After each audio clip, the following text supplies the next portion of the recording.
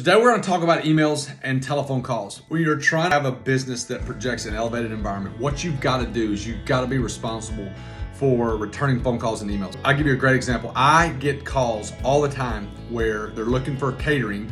They're like, thank you so much for answering the phone, or thank you so much for calling us back. I've called 2 caterers and no one's coming back in a week. I'm like, dang girl. So calling people back is incredibly important. Okay, so here's what kind of a couple rules of thumb on calls. Call people back, obviously. But if it's at the end of the day, shoot them a text. Hey Susie, got your call today. Gonna hit you back. Do you mind if I call you first thing in the morning? 99.9% of the time it's, sure, thank you so much. So if you can return the call that day, do it. If you have a voicemail and you hear the voicemail and it's somebody saying, hey, I'm looking for so-and-so, and you have someone on your team that that handles that stuff. So like yesterday I got a call, hey, I'm looking for a party of this. I have someone on my team that handles that. I sent them the voicemail, said, hey, make sure you call her today. So promptness of telephone calls and calling people back is incredibly important because people would just call somebody else if they don't call them back.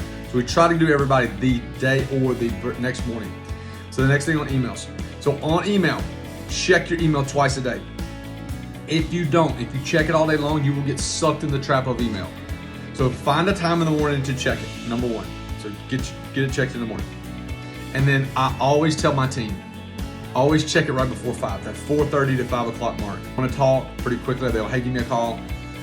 Or you get an email at 4:45 or 4:55, and it's going to involve time and a long response. In the email, say this, hey Rick, thanks so much for emailing. We're headed out for the day, but I'll return this email to you first thing in the morning.